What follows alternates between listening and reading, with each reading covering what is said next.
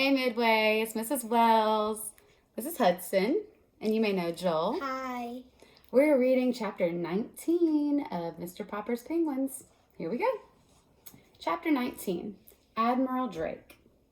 So Mr. Popper, with Captain Cook, Greta, Columbus, Louisa, Nelson, Jenny, Magellan, Adelina, Scott, Isabella, Ferdinand, and Victoria, was bundled into the patrol wagon and hustled off to the police station.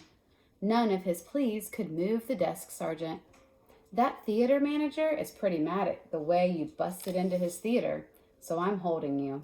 I'm going to give you all a nice, quiet cell, unless you furnish bail.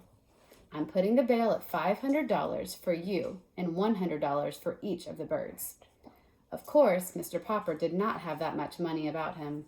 Neither did Mrs. Popper when they telephoned her at the hotel. The hotel bill was paid for several days ahead, but she had no cash. The check for the final week's salary was not due until the end of the week. Indeed, it now looked as if the Poppers would never see that check, since they could not get the Penguins out of jail long enough to put on their act at the Royal Theater. If only they could get in touch with Mr. Greenbaum, Mr. Popper knew that kind man would have got them out. But Mr. Greenbaum was somewhere in Hollywood, out on the Pacific coast, and the Poppers had no idea how to reach him. It was very dull for the birds in jail. Wednesday came, and there was still no word from Mr. Greenbaum. Thursday, and the birds began to droop. It was soon apparent that the lack of exercise, combined with the heat, might prove too much for them. There were no more tricks or merry games. Leave them in the jail cell. I think they're really sad. Yeah. Let's see, it says, even the younger birds sat all day in dismal silence, and Mr. Popper could not cheer them up. Mr. Popper had a feeling that Mr. Greenbaum would probably turn up by the end of the week to see about renewing the contract. But Friday passed without any news of him. Saturday morning, Mr. Popper got up very early and smoothed his hair.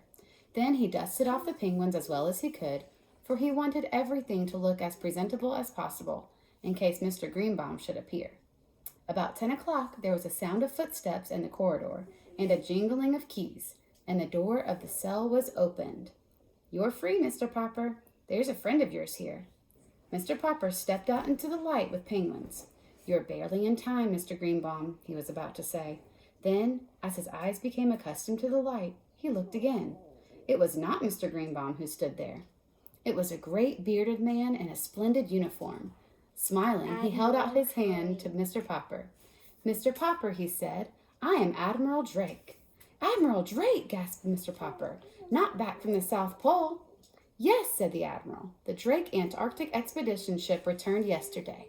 You should have seen the reception New York gave us. You can read about it in today's paper. But I read about the trouble you were having over the penguins, and so here I am. I have a long story to tell you." "Could we go to the hotel and talk about it?" asked Mr. Popper. "My wife will be anxious to see us back." "Certainly," said the Admiral. And when they were all settled in the Poppers' rooms at the hotel, with the penguins clustering round to listen, Admiral Drake began. "Naturally, when I knew that I was coming back to America, I often thought about the man to whom I had sent the penguin. It takes us a long time to hear things down there, and I often wondered how you and the bird were getting along. Last night, at the mayor's dinner for us, I heard about the wonderful Trained Penguin Act you had been putting on all over the country. This morning, I picked up the paper, and the first thing I read was that Mr. Popper and his 12 penguins were still being held in jail. But 12 penguins? Mr. Popper, how on earth?" Then Mr. Popper told how Greta had arrived to keep Captain Cook from being lonely, and how the little penguins had grown, and how the clever little band had saved the day for the Poppers when things looked bad. "It's amazing," said Admiral Drake. "I've seen a lot of penguins in my time, but never such educated ones as these. It certainly shows what patience and training can do. But now to get to my real point, Mr. Popper, you probably know that I have explored the North Pole as well as the South Pole?" "Oh, yes," said Mr. Popper respectfully. "I have read books about both your Arctic and your Antarctic expeditions." "Well then," said the Admiral, "maybe you know why we explorers prefer the South Pole?" "Could it be on account of the penguins, sir?" asked Janey, who had been listening very hard. Admiral Drake patted her head. "Yes, my dear. Those long polar nights get pretty dull when you have no pets to play with. Of course, there are polar bears up there, but you can't play with them.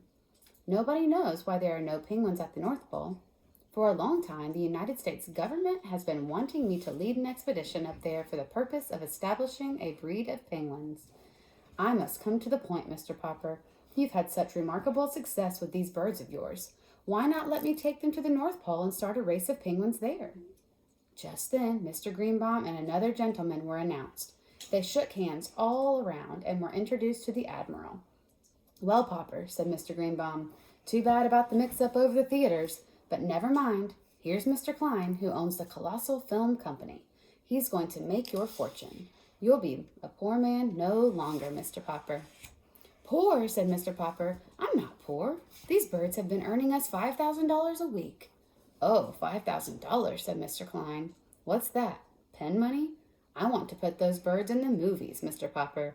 We've got the story department working on stories for them already. Why, I'll put each of those birds under a contract that will keep you and the missus on Easy Street the rest of your lives. Papa, whispered Mrs. Popper, I don't want to live on Easy Street. I want to go back to Proudfoot Avenue. Better consider, Mr. Popper, said the Admiral.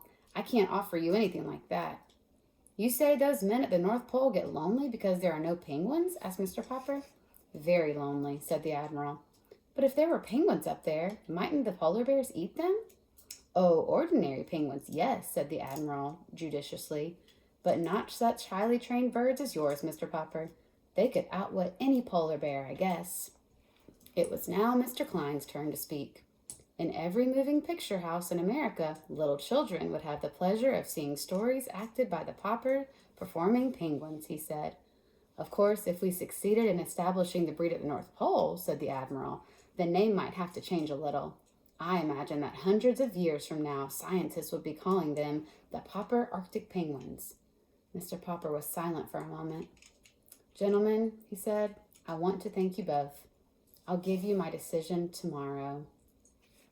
I wonder what Mr. Popper's going to decide. Happy reading!